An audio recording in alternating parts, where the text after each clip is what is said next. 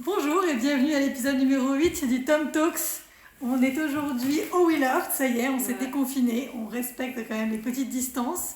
Mais là, on est pour de vrai, enfin moi surtout, avec Toto. Donc on est ravis. Nouvelle formule voilà. du Tom Talks aujourd'hui. Bonjour Fanny, bonjour Olivia. Et bonjour Thomas. Et merci d'être venu jusqu'à nous. C'est un endroit familier, magnifique endroit, bravo. Merci. Et du coup, de quoi allons-nous parler aujourd'hui ? Père Castor. On a vu pas mal de sujets, dont Fujita, je crois. Ah oui, tu veux dire dans les suggestions ? Oui, on a eu pas mal de suggestions, Fujita, les faux, anecdotes de chez Christie's, et la vente Saint-Laurent. Qui a eu pas mal de suffrages. Pas mal de suffrages, et en plus qui me tient à cœur parce que c'était vraiment un moment merveilleux, et un grand moment pour le marché français et pour le marché international, avec une collection exceptionnelle. Donc je pense que ça vaut la peine de parler de ça. Il y a de la matière. Il y a du lourd, il y a du très très très très lourd.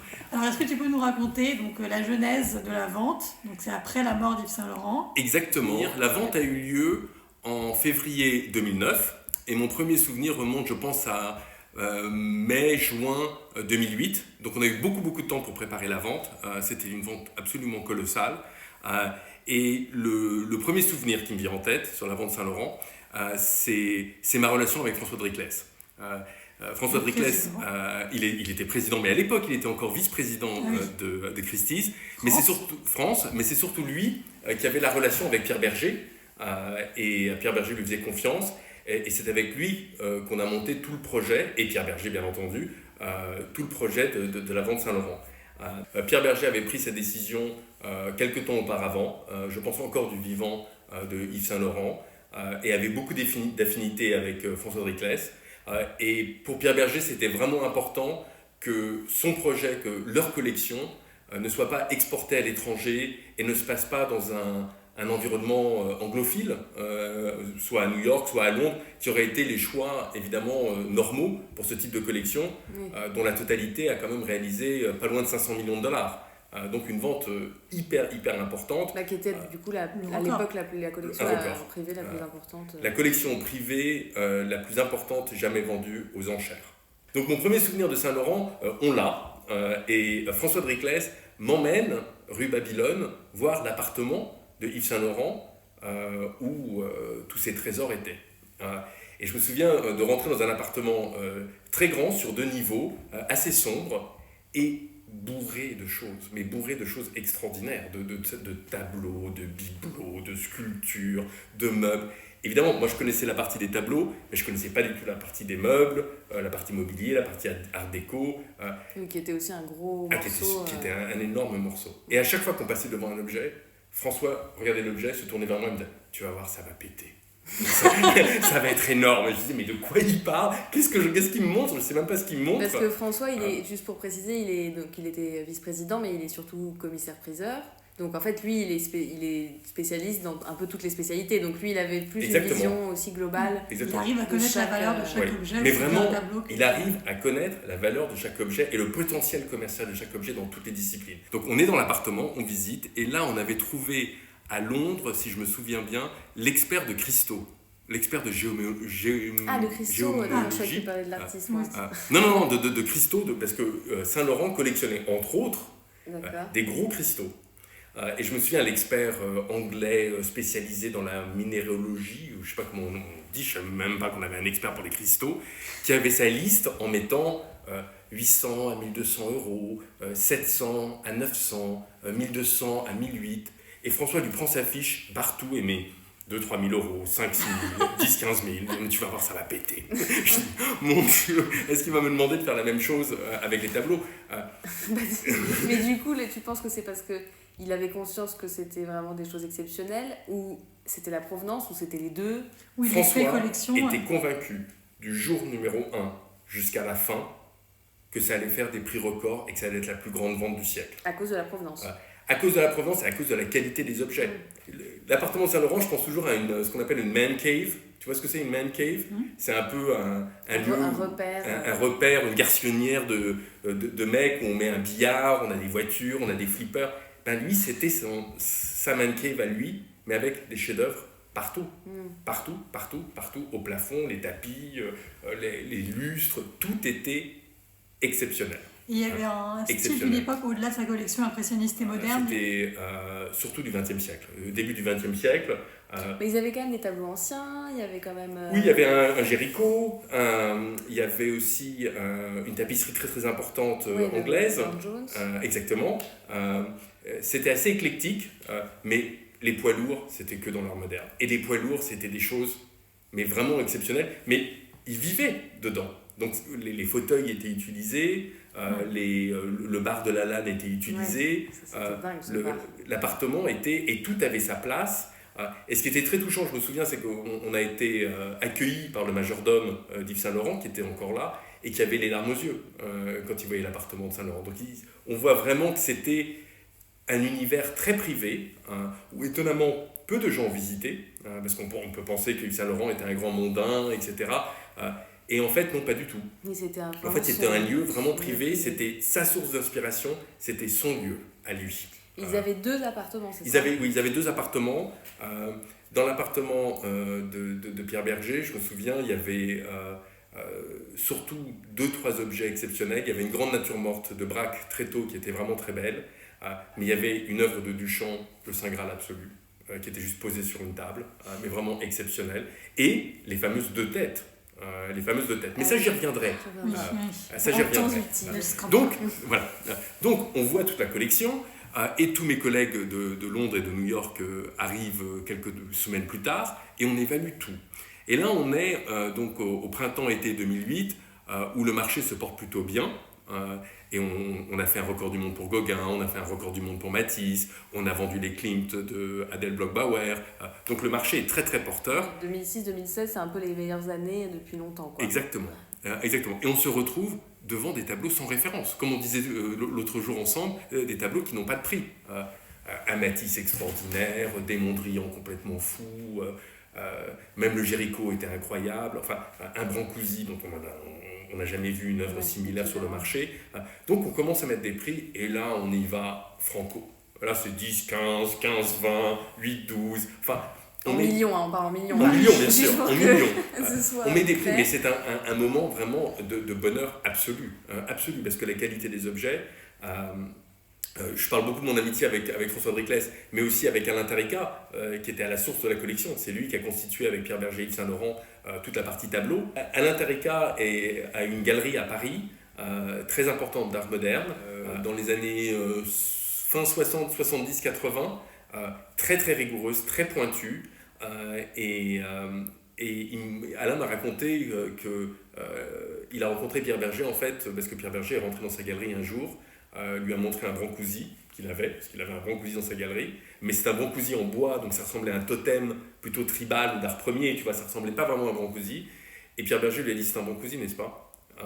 Et Tarica lui a dit oui, et il lui a dit, vous l'amenez chez moi. Et c'est comme ça qu'a commencé la relation, par Pierre Berger, qui a repéré Tarica, et qui lui a fait confiance. Son père était pas, il nous avait pas raconté aussi. Son père était un grand marchand de tapis à Paris de collection, dans les années 50-60. À la grande époque des tapis, où on vendait des tapis pour des centaines de milliers d'euros, voire des millions d'euros.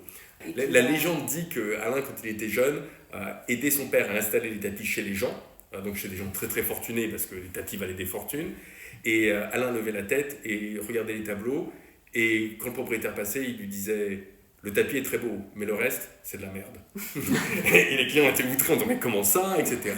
Mon grand tableau de Hartung, mon grand Fujita, ce sont des tableaux très importants. Oui, parce que là, il est quand même assez pointu dans ses goûts, très avant-gardiste, donc pas forcément avec le marché, quoi. Il va pas forcément dans le... Non, Alain a toujours préconisé l'importance de la date. Il faut choisir des tableaux de la bonne date. Et c'est comme ça qu'il a réussi à une époque où en fait le marché était encore décalé. Ce que je veux dire par le marché décalé, c'est que dans les années 80, il y avait encore des artistes qui figuraient dans l'histoire de l'art déjà, comme Paul Klee par exemple, mais qui ne valaient pas grand-chose. Où il y avait un décalage entre la valeur historique d'un tableau et la valeur commerciale. Et Alain a été très fort d'identifier ça, d'identifier des pièces maîtresses que le marché ne reconnaissait pas encore à leur juste valeur. Et on l'a vu, parce que Yves Saint-Laurent et Pierre Berger n'ont pas dépensé 500 millions de dollars d'achat de collection. Et donc il allait chercher les tableaux en se disant ça va plaire à Saint-Laurent et Berger, ou alors il constituait un peu son fonds d'atelier, son fonds de galerie. Alors, Et après, les deux venaient. Il réalisait quand même qu'il fallait y aller à un certain rythme, parce qu'on parlait quand même de beaucoup d'argent, même pour l'époque, c'était quand même beaucoup d'argent. C'était une époque où Saint-Laurent et Pierre Bergé avaient développé le parfum Opium, qui a été bingo, qui a été le produit phare de Saint-Laurent financièrement, et qui leur a permis d'avoir des dividendes très importantes sur ce produit en particulier. Et donc Alain pouvait de temps en temps leur proposer des tableaux qu'ils pensaient susceptibles de leur plaire. Et en général, Alain me dit, la relation était très simple. J'allais dans leur bureau, j'allais dans la salle d'attente. En général, il y avait 10 personnes qui attendaient, et dès que j'arrivais, Pierre Bergé venait. Je montrais le tableau, et il disait oui ou non. Il appelait Yves. Tous les deux, ils décidaient tous les deux. Et Alain m'a dit, j'ai essuyé un refus une seule fois, où le tableau ne leur plaisait pas. Et ça s'est fait sur une période de combien de temps? C'est-à-dire pendant une vingtaine d'années. Ouais, pendant 20 ans, ils ont acheté Perica. Ouais. Et à un moment donné, c'est devenu trop cher. Et à un moment donné, Alain m'a dit, je sentais bien que l'envie n'était plus là. À la fin des années 80, il commençait à se battre contre les Japonais, qui devenaient la force dominante du marché, les prix s'envolaient et devenaient stratosphériques. Et ce que Alain m'a toujours dit, ce qui m'a beaucoup marqué, il m'a dit, il ne faut pas croire que c'était des achats spontanés. La décision était spontanée, mais le paiement prenait des mois, parce que c'était beaucoup d'argent, même pour eux, qui avaient gagné beaucoup d'argent avec Opium, où Saint-Laurent était dans sa meilleure période, euphorique, où ça marchait vraiment très bien. Néanmoins, souvent, ils demandaient à payer en plusieurs fois des œuvres importantes, parce qu'ils n'avaient pas les moyens de les payer en une seule fois. Oui, mais ils constituaient quand même la plus grande collection au monde, donc forcément ça coûte un peu de sous. C'est fou. Et quand je dis la plus grande collection au monde, c'est pas simplement ma partie qui était les tableaux modernes, c'est aussi tout le reste. Il avait une sorte de salle de trésor en bas de son escalier au rez-de-chaussée, et là il y avait plein d'objets, de miniatures, etc., mais où moi je n'y connaissais absolument rien, mais chaque objet a fait 600 000 euros, 800 000 euros, enfin un prix record dans sa spécialité. Et du coup, est-ce que même sans connaître, c'était le genre de qualité d'objet où de toute façon, tu es quand même bluffé quand tu les vois en te disant j'ai aucune idée de ce que ça vaut, j'ai aucune idée de ce que c'est, mais je vois que c'est extraordinaire. Oui. Il y avait ce sentiment-là. Et puis il y a surtout je crois un sentiment que vous connaissez bien, qui est l'association des objets.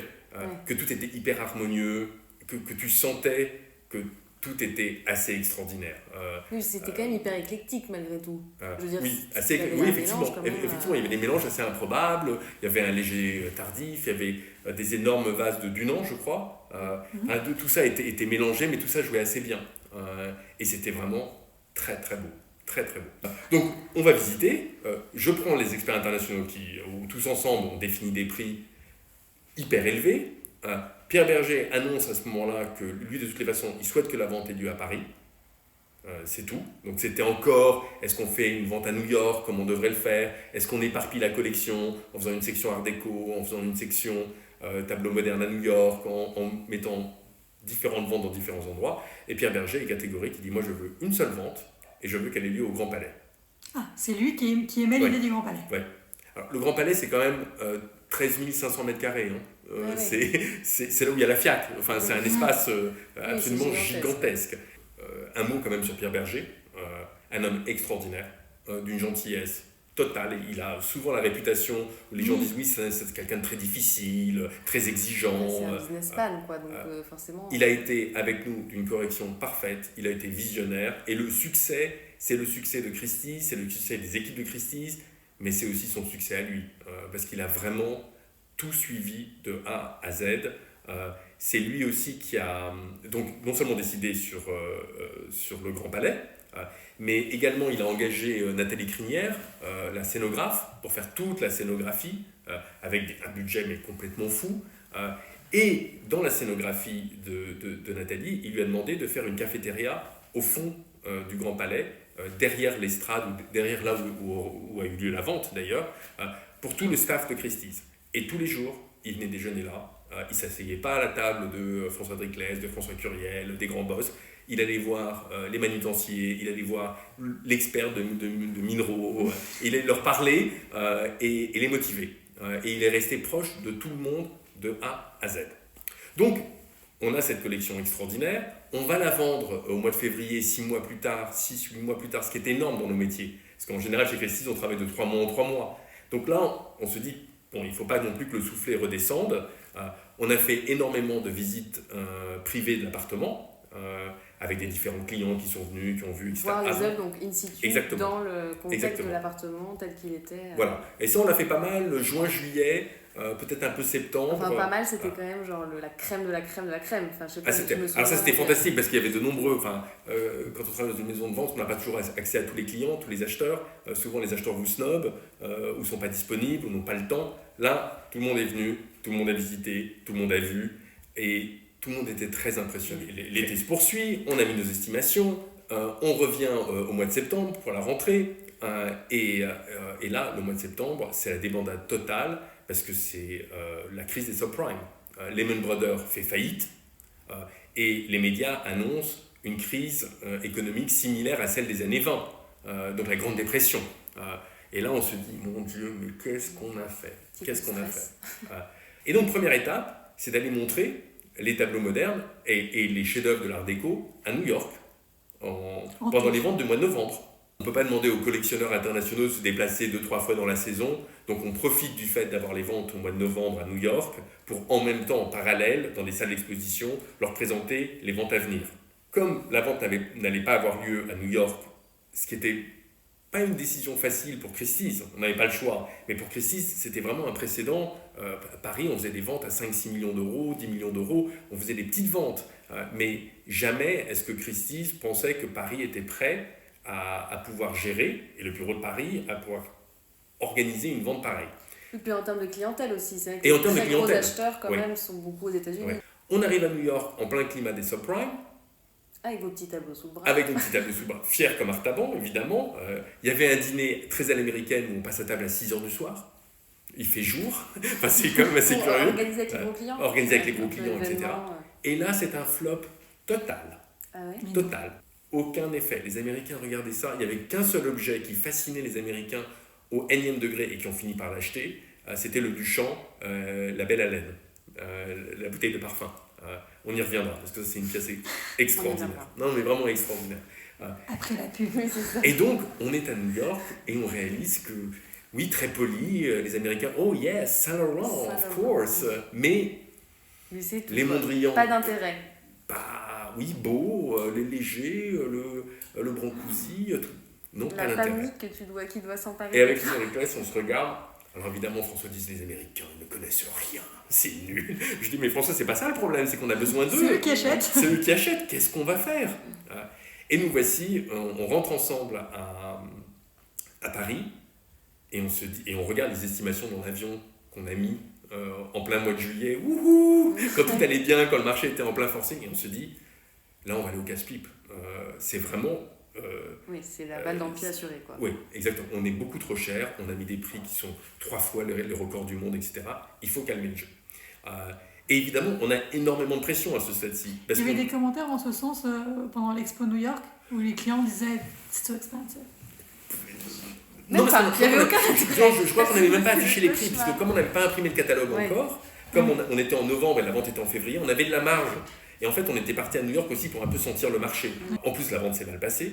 Donc on se dit, le marché en plus, il n'est pas là. Oui, c'était quand même le premier signe post-subprime que ça avait un vrai impact sur le marché, ce qui était un peu logique, mais bon, là, c'était constaté, quoi. Exactement. Et c'est des grosses ventes avec des gros enjeux, les ventes de novembre. Donc, oui. Si ça se passe mal... Oui, c'est pas de bon augure pour Saint-Laurent, pas du tout. Et en plus, Christie's est très concernée par le coût de tout ça. Le Grand Palais, enfin toute cette aventure qui est un projet pharaonique dans un marché où on vous dit c'est la Grande Dépression, les gars. Il n'y a rien qui va. Lehman Brothers a fait faillite. Les subprimes, il faut sauver des dizaines de millions d'Américains qui sont à la rue. Enfin, c'est vraiment la crise économique mondiale totale. On savait très bien ce qu'il fallait faire à ce moment-là. C'était d'aller voir Pierre Berger et de rediscuter de toute la physionomie de la vente. Et là, son entourage, entre guillemets, nous fait savoir, ou communique plutôt avec François Driclès en disant « N'allez pas voir Pierre Berger à 2 mois de la vente, il va annuler la vente.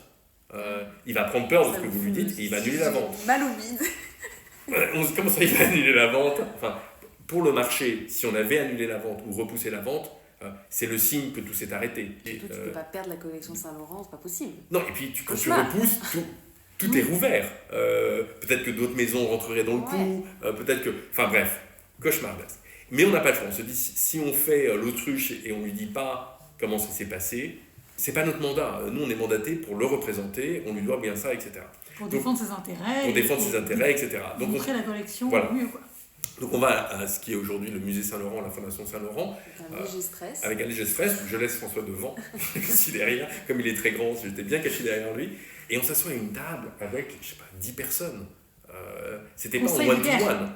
Avec son entourage, le président de la Fondation, et tout le monde qui nous regarde un peu, genre, qu'est-ce qu'ils veulent ? Qu'est-ce qu'ils viennent nous dire ? Et là, François, je me souviens, dit... Bon, on est allé à New York, on n'a pas eu vraiment les retours qu'on attendait, mais je vais passer la parole à Thomas. Je me dis, mais ça va pas. Qu'est-ce que tu veux que je dise ? Et je dis sincèrement, je pense qu'on a été trop agressif dans les estimations, et je crois que le marché, il est toujours là, il est toujours fort, mais il faut leur donner envie de miser, il faut leur donner envie de se battre, il faut qu'on baisse les estimations. Mais je trouve qu'ils avaient conscience qu'il y avait une énorme crise, enfin, tu leur apprenais pas non plus la nouvelle. Je vous interromps tout de suite, messieurs. Ça, c'est Pierre Berger ? Oui. La vente aura lieu au mois de février, quoi qu'il arrive. Donc, sentez-vous libre de me dire la vérité. On sentait... Donc... Mais genre avec l'air sympa ou l'air fâché ? Ou l'air définitif, quoi, simplement ? Non, l'air fâché. Enfin, Pierre Berger a toujours l'air fâché, un peu. Il a toujours un regard dur, pénétrant, beaucoup de présence, beaucoup de charisme.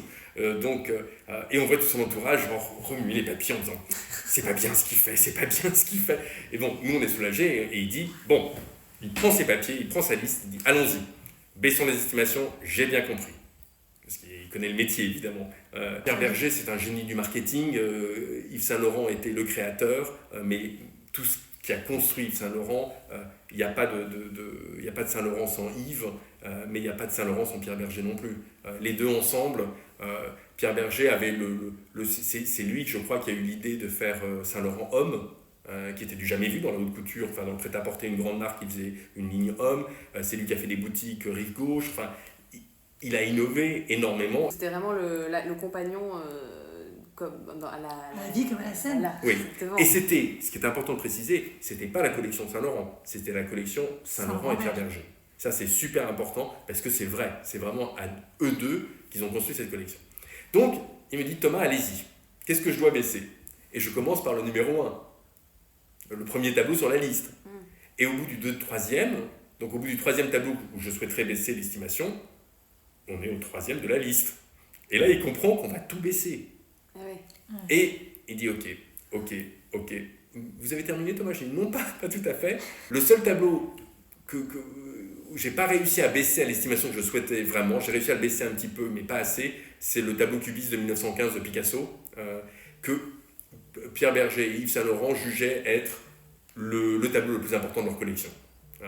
Tu vois ce que je veux dire ? Dans la pyramide, c'était ça. Ouais, donc difficile de... Et pour toi, c'était le meilleur tableau aussi ? Non, pour moi, c'était le Matisse, le Brancusi, les Mondrian qui avaient pris le dessus par rapport à une composition de 1915 de Picasso cubiste qui a toujours été pas très commerciale. Les tableaux mais il y avait un lien affectif qui faisait que... c'est un tableau d'1,80 m, enfin, il avait des raisons de défendre son Picasso. Ouais. Et comme il s'est montré tellement flexible, et en plus, il a dit... Je suis bien conscient des difficultés actuelles dans le monde, j'aimerais faire les choses correctement, donc plus tard, j'aimerais bien reparler un peu des conditions de vente pour contribuer moi-même à l'effort du Grand Palais, de la déco, de ce qu'on aimerait faire, parce qu'on aimerait faire les choses vraiment bien. C'est pas parce qu'on est en crise qu'on va servir des gobelets et de l'orangina plutôt que des flûtes et du champagne. On va garder le niveau comme Saint-Laurent et moi-même souhaitons. Point. Le management de la maison à l'époque, face à la crise aussi, se disait on va jamais être rentable et est-ce qu'on peut encore envoyer même tous les experts de New York à Paris à la vente, est-ce qu'il ne faut pas essayer de rationner un petit peu, rationaliser tout ça pour qu'il y ait moins de monde. Enfin, on était quand même dans des réductions budgétaires hyper importantes à l'époque, à l'automne. Heureusement que Pierre Berger, en y allant de sa poche, nous a protégés de tout ça, nous a protégés du stress et financier en fait, parce qu'on était complètement à contre-courant par rapport au marché, par rapport aux attentes, par rapport au climat. Parce que c'était hors marché, encore une fois, c'était hors marché et surtout c'était un climat de crise pas exactement le même que ce qu'on vit en ce moment, mais c'est quand même les subprimes, c'était tous les soirs à la télévision, tous les soirs des nouvelles faillites, tous les soirs des aides du gouvernement, enfin, à chaque fois les nouvelles n'étaient pas bonnes.